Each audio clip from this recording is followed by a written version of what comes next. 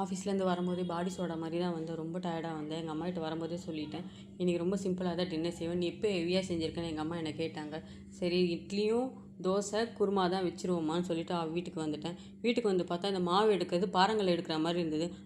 பாறாங்கல்ல 2 பேத்து எடுத்து போட்டு இட்லியும் தோசையும் சுடுற மாதிரி தான் ஆயிடுச்சு. அப்படியே குருமாக்கும் ப்ரிப்பேர் பண்ணிட்டேன். தேங்காய், 2 பச்சை மிளகா, சோம்பு எல்லாம் போட்டு ஒன்றா அரைச்சி எப்போவுமே வச்சுருவேன். அப்போ தான் ஈஸியாக இருக்கும்னு கடாயில் வந்து கொஞ்சமாக எண்ணெய் ஊற்றிடுவேன்.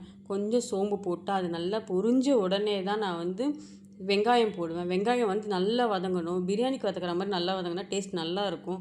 அதோடு இஞ்சி பூண்டை வந்து நான் எப்போவுமே தட்டி தான் போடுவேன். ஏன்னா எப்போவுமே இஞ்சி பூண்டை தட்டி போடுறப்போ டேஸ்ட்டு சூப்பராக இருக்கும். அதோடு சேர்த்து ஒரு தக்காளி மட்டும்தான் ஆட் பண்ணியிருப்பேன்.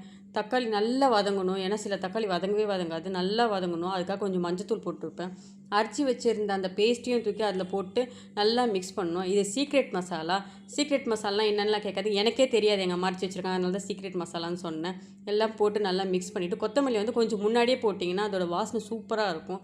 அப்படியே எல்லாேருக்கும் தோசை இட்லின்னு எல்லாம் சுட்டு வச்சுட்டு குருமா ரெடியாக இருக்கும். அப்படியே ஊற்றி சாப்பிட்டு டின்னரும் முடிச்சிட்டோம்.